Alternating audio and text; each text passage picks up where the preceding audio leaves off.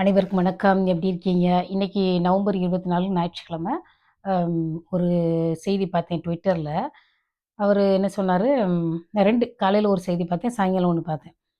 ரஹ்மான் பத்தி அவதூறா பேசுறவங்க மேல அவர் வந்து வழக்கு போடுவாராம். 2 வருஷம் தண்டனை அப்படின்னு சொல்லியிருக்கிறாரு.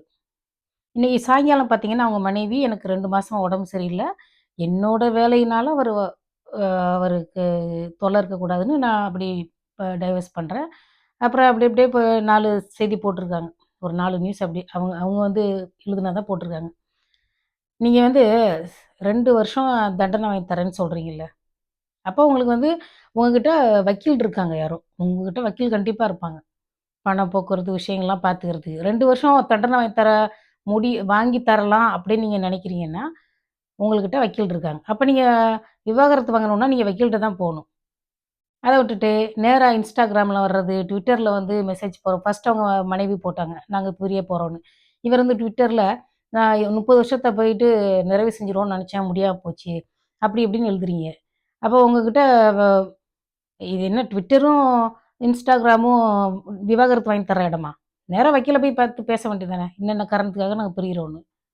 அத விட்டுட்டு நம்ம மேல வந்து கேஸ் போடுவாங்களாம். என் மேல கேஸ் போட முடியாது. நான் உங்கள பத்தி பேசவே இல்ல. பொதுவா அப்புறம் பார்த்தீங்கன்னா எப்படா ஏதாவது நியூஸ் கிடைக்கும்னு எத்தனையோ யூடியூப் சேனல் உட்காந்துருக்காங்க. எச்ச வாய்க்கு அவல் போட்ட மாதிரி, நீங்க வந்து நியூஸ் போடுறீங்க. அப்புறம் வந்து அவங்க பேசிட்டாங்கன்னு வேற கோவிச்சுக்கிறீங்க. நீங்க எதுக்கு பொது இடத்துல வந்து சொல்றீங்க, எங்களுக்கு நாங்க பிரிய போறோம் அப்படின்னு. அப்ப அவங்க பேசத்தானே செய்வாங்க. அதாவது நான்லாம் வந்து சாதாரண யூடியூப் சேனல். சிலர்லாம் வந்து ஆள் வச்சு எடிட்டர்லாம் வச்சு வேலை செஞ்சுட்டு இருக்காங்க. அவங்கலாம் என்ன பண்ணுவாங்க? சம்பளம் குடுக்க வேணாமா? எனக்கு வீசுவே போகல. நான் வீட்ல உட்காந்து ஃபோன்ல பேசிக்கிட்டு இருக்கேன். இந்த மைக் காச கூட நான் குடுக்கல. நீங்க வந்து பெரிய, பெரிய யூடியூப் சேனல்ல ஒரு 10 பேராவது வேலை செய்ய மாட்டாங்களா? அவங்கலாம் என்ன செய்வாங்க நியூஸ் கிடைக்காம? ஏதோ நீங்க உங்கள மாரி ஆளுங்க குடுக்குற நியூஸ் தான் தேவைப்படுது உங்களுக்கு. நான் வந்து 2 வருஷம் ஜெயில் தண்டனை வாங்கி தருவேன். அப்படிலாம் நெனைக்காதீங்க. நீங்க முதல்ல வந்து பொது தளத்தில நாங்க இப்படிலாம் பண்றோம் அப்படிலாம் பேசினதுனால வந்தது. தீதும் நன்றும் பிறர் தர வாரா. அப்புறம் வந்து அ அவங்க சொல்லியிருக்கிற அப்ப நாங்க வந்து பொது விஷயத்த பேச தான் செய்வோம். அப்ப நீங்க என்ன பண்ணீங்க ஒரு நாள்? ஒரு படம் வருது. அப்புறம் அது என்ன படம்? கேரளா ஸ்டோரின்னு ஒரு படம் வருது. அது ஏற்கனவே சென்சார்ல சர்டிஃபிகேட் வாங்கிட்டு தானே வந்தது. அப்ப விஸ்வரூபம் படத்துக்கும் பிரச்சனை பண்ணீங்க. இப்போ கேரளா ஸ்டோரி வெளிவர்றப்போ, நீங்க பேசுனீங்க, அந்த படத்த வெளிவிடக்கூடாதுன்னு. நீங்க அத பேசுறீங்க. சென்சார்ல அதாவது நீங்க சட்டம் தெரியுது. உங்களுக்கு இந்த சட்ட பிரிவுல நான் போய் வழக்கு போடுவேன்னு சொல்றீங்கல்ல. அப்போ ஒரு படம் சென்சார் சர்டிஃபிகேட் வாங்கிடுச்சுன்னா, அத போய் தடை செய்யணும் அப்படின்னு எப்படி நீங்க சொல்லலாம்? அப்ப நான் வந்து என் படத்த முஸ்லிம்கள் மட்டும் தான் பார்க்கணும், மத்தவங்கலாம் பார்க்கக்கூடாது. இல்ல பார்க்க தேவையில்ல, எனக்கு ஒண்ணும் அவசியம் இல்ல அப்படின்னு சொல்லலாம்ல? இப்போ உங்க படத்த அ ம எல்லா படத்தையும் நாங்க பார்க்குறோம். இந்த கேரளா ஸ்டோரிய பார்க்கக்கூடாதுன்னு நீங்க எப்படி சொல்லலாம்? அப்போ உங்களுக்கு உங்க மதம் முக்கியமா தெரியுது. அப்ப நாங்க வந்து ஒரு இந்து படத்த வந்து சினிமாவ எடுக்கிறோம்னா, ஒரு இந்து மியூசிக் டைரக்டர் குடுக்கலாமா? அப்படி யோசிக்கலாமா நாங்க? ஒரு திறமைசாலி ரஹ்மான் திறமைசாலி. அவர் வந்து முஸ்லீம். அத பத்தி எங்களுக்கு கவல கிடையாது. அவர் திறமைசாலின்னு நாங்க திறமைக்கு மரியாதை குடுக்குறோம். உங்களோட பாட்ட அவ்வளோ ரசிக்கிறோம். கேரளா ஸ்டோரி படத்த மட்டும் வந்து வெளியிடக்கூடாதுன்னு எப்படி நீங்க சொல்லலாம்? அத வெளியிடக்கூடாது, இத வெளியிடக்கூடாது. எதுக்கு நீங்க இந்த சென்சார் குடுத்த படத்துக்கெல்லாம் மேலலாம் நீங்க ஏன் தலையிடுறீங்க? அத எப்ப பார்த்தாலும் அத வந்து வெளியிடக்கூடாதுன்னு வந்து வீடியோ போடுறீங்க வேகமா. அப்போ உங்க நியூஸ் ஒண்ணு கிடைச்சதுன்னா, மக்கள் பேசத்தானே செய்வாங்க.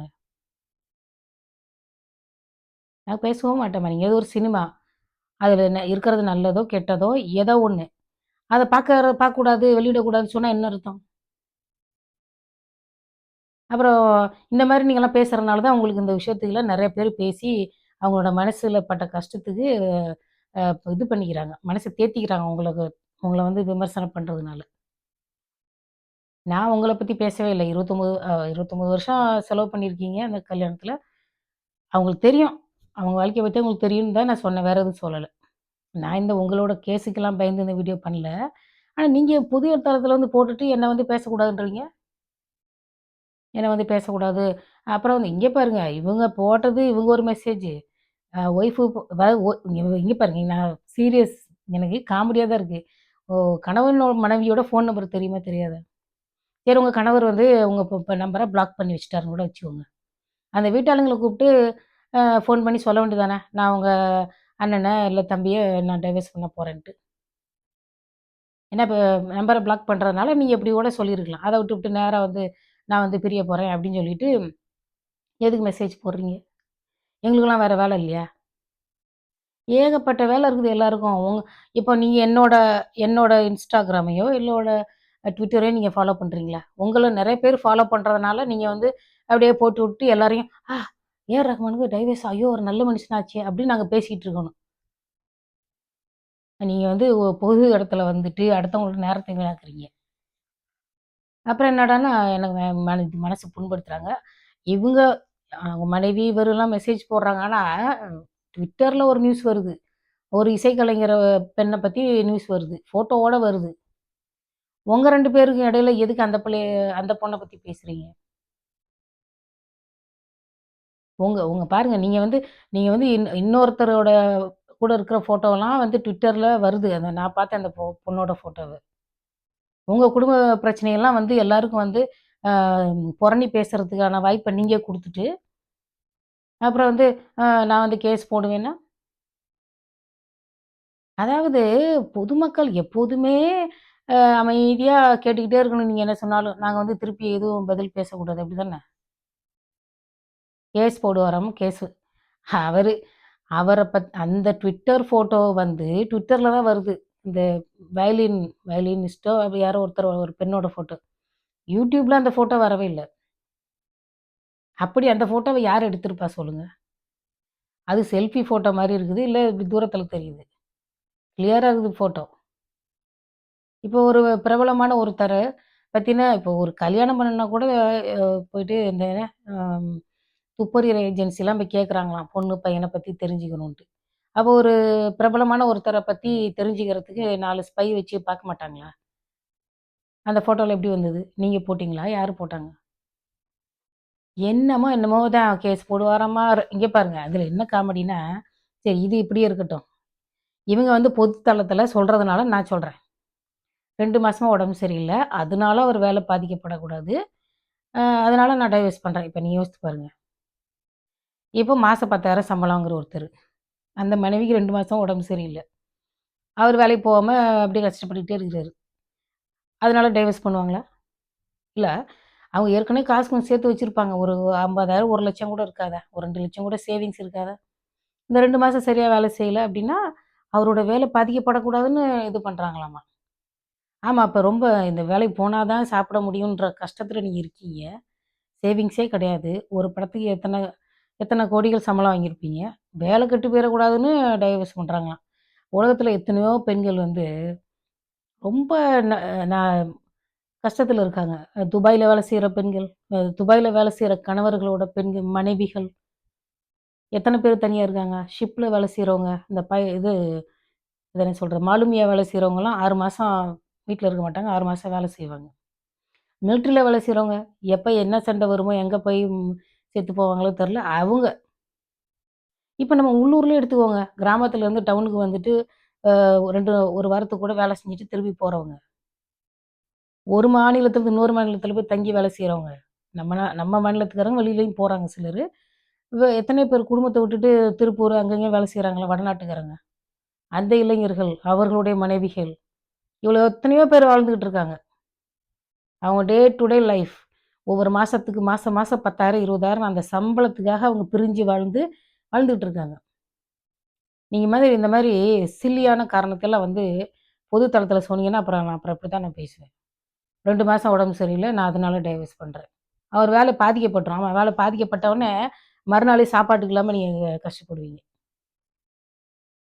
நீங்க பொதுவுல வந்து சொல்லாதீங்க. நீங்க போயிட்டு நேரா வக்கீல்கிட்ட அப்பாயின்ட்மென்ட் வாங்கி போய் பார்த்துட்டு, இவர் வந்து நான் உண்மைய சொல்றேன். இந்த மாரி ஆளுங்கலாம் எப்படி பிரச்சனை எப்படியெல்லாம் வாழ்க்கை இருக்குன்ட்டு.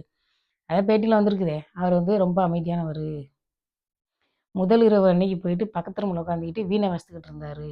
அதனால பிள்ளைங்கலாம் பொறந்திருக்கு. நல்லா இருங்க. ஒண்ணும் தப்பு கிடையாது. இப்ப பொது வழிக்கு வந்தா அப்படித்தான் பேசத்தான் செய்வாங்க. ஏன்னா அவங்க சகல தான் சொல்லியிருக்கிறாரு. ரஹ்மான் சொல்லியிருக்கிறாரு வீணா வாசிச்சத. எல்லாரும் எல்லாத்துக்கிட்டயும் சொல்லிக்கிட்டே இருக்கீங்களே! அப்புறம் என்ன புதுசா நாங்க சொன்ன மாதிரி? உங்களுக்கு என்ன அதாவது இவங்க 2 பேருக்குள்ள ஏதோ சண்டை. புரியுதுங்களா? இந்த 2 பேருக்கு இடையில சண்டை. அவங்க வந்து இப்போ நம்பரை பிளாக் பண்ணி வச்சுருப்பாங்க. யாரோ பிளாக் பண்ணிட்டாங்க. அதனால பொது வழியில வந்து 2 பேரும் சண்டை போட்டுட்டு இருக்காங்க. புரியுதுங்களா உங்களுக்கு? நான் வந்து பொது வழியில சண்டை போட்டு உன்ன மனச நோகடிப்பேன். இது டைவர்ஸ் எல்லாம் ஆவாது. இதெல்லாம் டைவர்ஸ் ஆகுற கேஸ் கிடையாது. இது வந்து வெறுப்பேத்துனா ஒழுங்கா வழிக்கு வரட்டும் அப்படின்னு பண்ணிக்கிட்டு இருக்கிற கேஸு. புரியுதுங்களா? டைவர்ஸ் பண்றதா இருந்தா நேரா வக்கீல்ட்ட போய் கிடுகிடுன்னு போயிட்டு அப்பாயின்மெண்ட் வாங்கி பேப்பர இது பண்ணிட்டு வந்துரணும். அது என்ன சொல்லுவாங்க? அப்ளிகேஷன் போட்டு வந்துரணும். இந்த டைவர்ஸ்க்குரியது. இது அப்படி கிடையாது. நான் வந்து அப்படி பண்ணினேன், வாழ்க்கைய தியாகம் பண்ணுனேன், அப்படி இப்படின்னு 2 பேரோட அவர் வந்து உலகத்தில நான் சிறந்த மனிதர். சிறந்த மனிதர். எல்லாரும் எல்லாரும் உங்க கணவர அப்படிதான் சொல்லணும். ம். இல்ல அவர் வந்து பேசவே மாட்டாருங்க. வாய தொறந்து பேசவே மாட்டாருங்க. அப்படி இல்லாம குறை இல்லாம சொல்லிக்கிட்டு வந்து நீயா நானால மாரி பேசிக்கிட்டு இருக்க முடியும்? நீயா நானால மாரி எங்க வீட்டுக்காரர் அப்படிங்க, இப்படிங்க, இப்படிங்க. ஒரு நாள் நீ அந்த காமெடிய சொல்லிக்கிட்டு முடிச்சிடுறேன். 11 நிமிஷம் ஆச்சு. கணவன் மனைவி 2 குரூப் உட்காந்துருக்காங்களா? இந்த ஏஆர் ரஹ்மான் மேட்டர விட்டுருங்க. அது டைவர்ஸ் ஆகுற கேஸே கிடையாது. அடுத்து வந்து இங்க ஆண்கள், இந்த பெண்கள் உட்காந்துருக்காங்க. கணவன் மனைவி. அ அப்படியே எனக்கு பயங்கர காமெடியா இருந்தது அன்னைக்கு.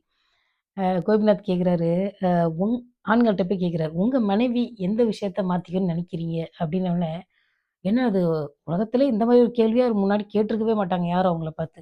உடனே அவரு ஆச்சரியப்படுறாரு. அதான் அதிர்ச்சி ஆயிட்டாரு. நான் ஏதாச்சும் என்ன இருக்குது சொல்றதுக்கு? அப்படின்னு யோசிக்கிறாரு. கோபிநாத் உடனே. அத சரி விடுங்க நீங்க சரியா பேச மாட்டேங்கிறீங்க. அப்படின்னு சொல்லிட்டு லேடீஸ்ட்ட போய் கேட்குறாங்க. லேடீஸ் வாய தொறந்தா கடகடான்னு பேசுவாங்க. எனக்கு தெரியும் நல்லா. நானும் அப்படித்தானே பேசுறேன். உங்க கணவர் எப்போ எந்த விஷயத்த மாத்திக்கணும்னு நினைக்கிறீங்க? அப்படின்னு கேட்குறாரு. அவங்க எடுத்து விட்டாங்க பாருங்க. இந்த மடை திறந்த வெள்ளம்னு சொல்லுவாங்க பாருங்க. கடமுட கடமுட கடமுட கடமுடன்னு சொல்றாங்க. அவர் அத மாத்திக்கணும், இத மாத்திக்கணும், அத மாத்திக்கணும், இத மாத்திக்கணும் அப்படின்னு சொல்றாங்க. அவர் வந்து, "ஓ! நம்ம மேல இவ்ளோ குற்றச்சாட்டு இருக்கா?" அப்படின்ற மாரி இப்படி இப்படி இதுக்கு எப்புட்றா நம்ம சமாளிக்கிறதுன்னு பார்க்குறாரு அந்த பக்கம் இருக்கிற கணவர். உடனே கோபிநாத் சொல்றாரு, "பாத்தீங்களா? லேடீஸ் எப்படி பேசுறாங்கன்னு. ஏன் பேசவே மாட்டேன்றீங்க?" அப்ப இந்த மாரி இந்த சைடு உண்மை. பெண்கள் வந்து நெறைய குற்றச்சாட்டு சொல்றப்போ, அதுக்கப்புறம் அவங்க மனசு ரோஷப்பட்டு போய் அவங்க ஏதாவது சொல்லுவாங்க.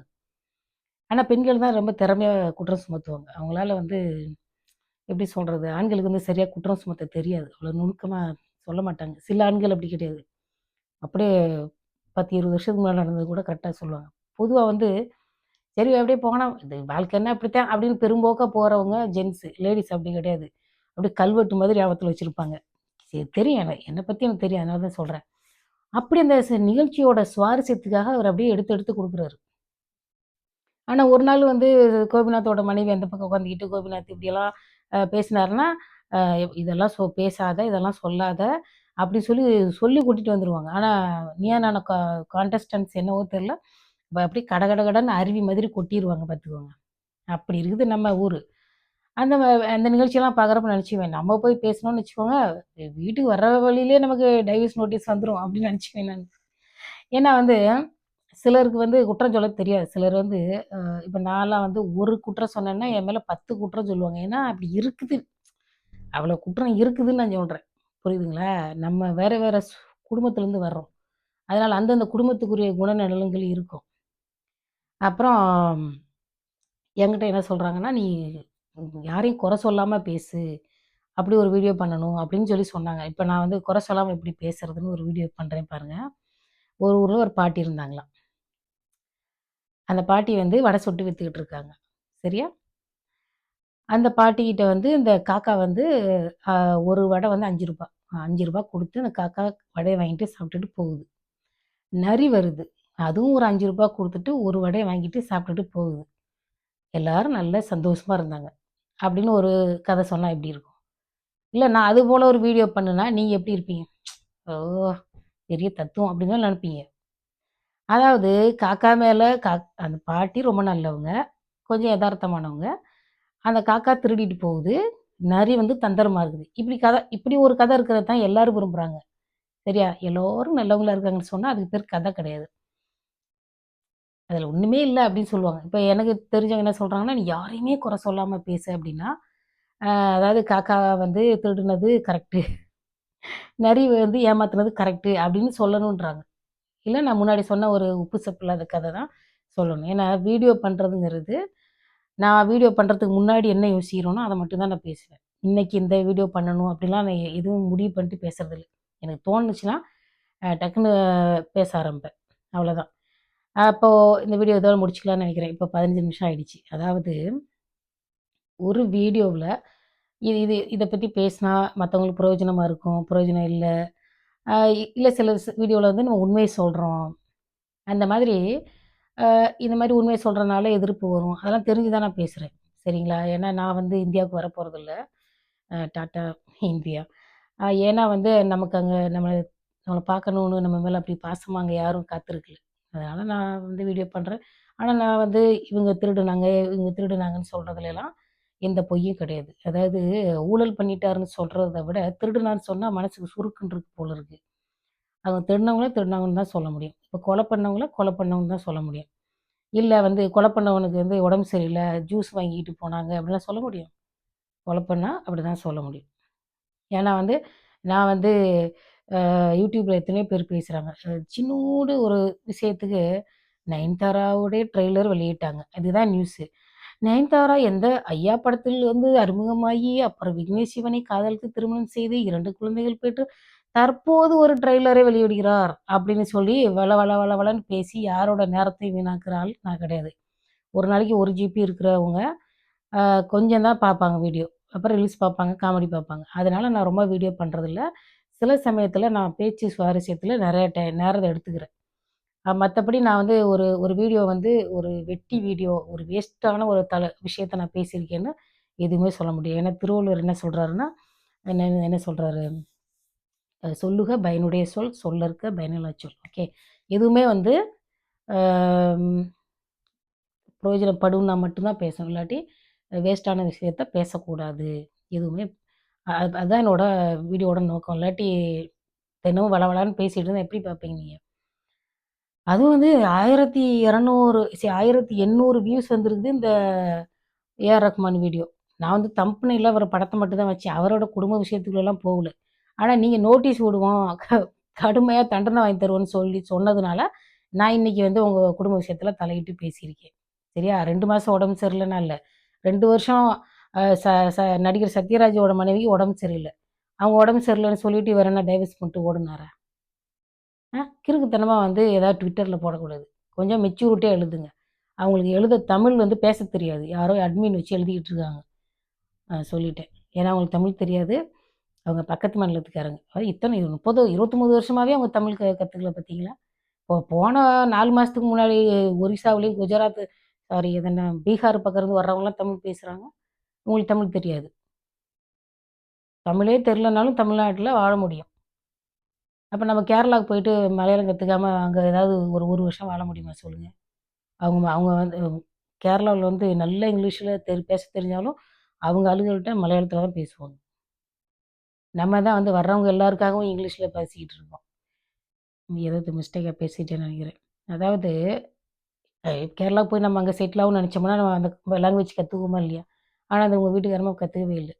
ஆனா ட்விட்டர்ல பார்த்தீங்கன்னா, தமிழ்ல 4 சப்ஜெக்ட் போட்டிருக்காங்க. ஒரு ஃபோட்டோ வச்சிருக்கேன் என் ஃபோன்ல. ஸ்கிரீன்ஷாட் பண்ணி. அதாவது நீங்க வந்து 29 வருஷம் பிள்ளைங்கலாம் பெத்து வளர்த்துருக்கீங்க. ஆனா, ஒரு கணவருக்காக ஒரு லாங்குவேஜ் கூட கத்துக்க மாட்டேங்கிறீங்க. இதெல்லாம் தப்பு இல்லையா? ஒரு மனுஷன் எத்தன நாளைக்கு தான் வந்து இங்கிலீஷ்லயும், வேற லாங்குவேஜ்லயும் பேசுவாங்க. அவரோட தாய்மொழி வந்து தமிழ் இல்லையா? ஏங்க என்னங்க சாப்பிடுறீங்களா? போறீங்களா? வர்றீங்களா? எத்தனையோ பொண்ணுங்க வேற மொழி பொண்ணுங்கலாம் நல்லா தமிழ் பேச கத்துக்கிட்டு இருக்காங்க. அது A R Rahman, Tamil music director. என்ன லாங்குவேஜ்ல தான் நீங்க 2 பேரும் பேசுனீங்க? 29 வருஷமா தமிழ் தெரியல. அப்ப நீங்க அவருக்கு என்ன மரியாதை குடுத்தீங்க? அப்புறம் அவர் போய் வீணா வசிக்க வேண்டியது. சரி இதோட முடிச்சுக்கலாம். யாரும் வந்து நான் வந்து அவர வெறுப்பேத்தல. அது ஒ ஒ துவச்சு காய போட்ட நியூஸ் அந்த வீணா வாசித்த விஷயம்லாம் நான் தான் போன வாரம் தான் பார்த்தேன். சரி இதோட முடிச்சுக்கலாம். 20 நிமிஷம் ஆகப்போதா? ஆமா. எனக்கு வந்து நோட்டீஸ் விடுவோம் அப்படின்னு சொன்ன உடனே எனக்கா நோட்டீஸ் வராது. யாரோ யாரோ பேசியிருக்காங்க. அது எனக்கு கடுப்பாயிடுச்சு. அப்ப வக்கீல் வச்சுக்கிட்டு போயிட்டு வக்கீல பார்க்க வேண்டியது தானே. நம்மளே வந்து ட்விட்டர்ல எதுக்கு போட்டு தொல்ல பண்ணணும். இப்போ ட்விட்டர்லேருந்து, இன்ஸ்டாகிராம்ல இருந்து போயிடுங்க சொல்லிட்டேன். அது இல்ல நியூஸ் போடாதீங்க. சொந்த விஷயத்த போடாதீங்க. சரி. அத பத்தி செகண்ட் இருக்கு. ஓகே. இது பொறுமையா கேட்டவங்களுக்கு ரொம்ப நன்றி. வணக்கம். நன்றி.